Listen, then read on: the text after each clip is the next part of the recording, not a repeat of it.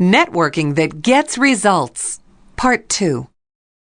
In part 1 of this message on networking, I covered 8 techniques that can help you expand your network. Now it's time to cover 9 more suggestions. The 9th technique is to call people from time to time without a hidden agenda. Ever hear from an old friend who supposedly phones just to say hello, but then gets to the real reason for the call? How does that make you feel?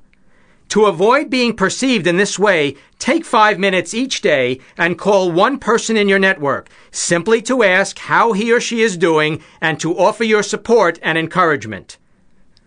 The 10th technique is to take advantage of everyday opportunities to meet people. You can make excellent contacts just about anywhere, at the health club or waiting online at the supermarket. Any person you meet throughout the day, and that includes weekends, is a potential addition to your network.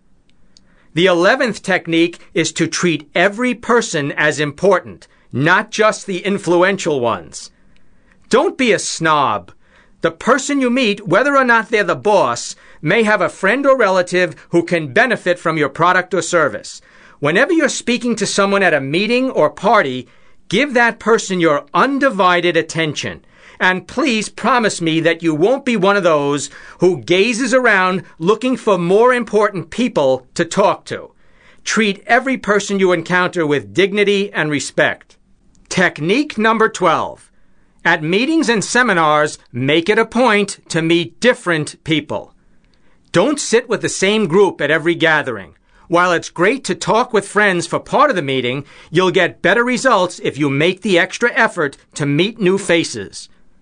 In 1994, I was in Washington, D.C. to attend a convention. At lunch, instead of sitting with some friends, I sat down at a table where I didn't know anyone. Sitting at that table was a woman named Joan Burge, and we struck up a conversation. Her company, Office Dynamics, conducts excellent training programs for administrative office professionals. After our meeting, Joan began to order my Attitude is Everything lapel pins and to give them to participants in her training programs. Joan has also displayed my literature at these programs. The end result? I have gotten thousands of dollars of business from Joan's clients. Most importantly, Joan has become a wonderful friend. I'm sure glad that I didn't sit with my friends that day, as I would have missed out on a tremendous opportunity. Technique number 13. Ask for what you want. By helping others, you've now earned the right to request assistance yourself. Don't be shy. As long as you've done your best to serve those in your network, they will be more than willing to return the favor. Technique number 14. Send a prompt note after meeting someone for the first time. Let's say you attend a dinner and make a new contact. Send a short note as soon as possible explaining how much you enjoyed meeting and talking with him or her. Enclose some of your own materials and perhaps include information that might be of interest to this person. For example, the name and number of a trade magazine. Be sure to send the note within 48 hours after your meeting so that it's received while you are still fresh in your contact's mind. The 15th technique is to tell people how they have helped you. If you sat next to someone at a dinner meeting and received helpful suggestions, let that person know specifically how you utilize that advice or plan to use it. People like to hear that you value their opinions and benefit from their knowledge. Technique number 16. When you receive a referral or helpful written materials, always send a thank you note or call to express your appreciation. Follow this suggestion only if you want to receive more referrals and more useful information. If you don't acknowledge that person sufficiently, he or she will be much less likely to assist you in the future. And finally, technique number 17. Send congratulatory cards and letters. If someone in your network gets a promotion, award, or celebrates some other occasion, such as a marriage or birth of a child, write a short note of congratulations.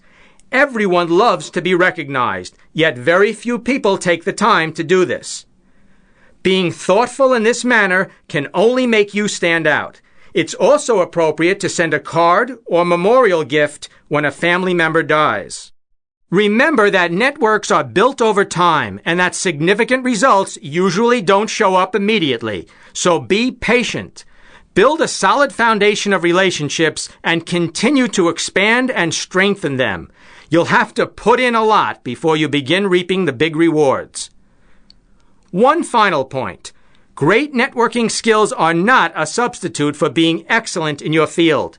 You might be a terrific PR person, but if you aren't talented at what you do and constantly learning and improving, your efforts will yield disappointing results. Go ahead, select a few of these networking techniques and implement them right away. Get to work serving and improving your network. Then you'll have an army of troops working to help you succeed.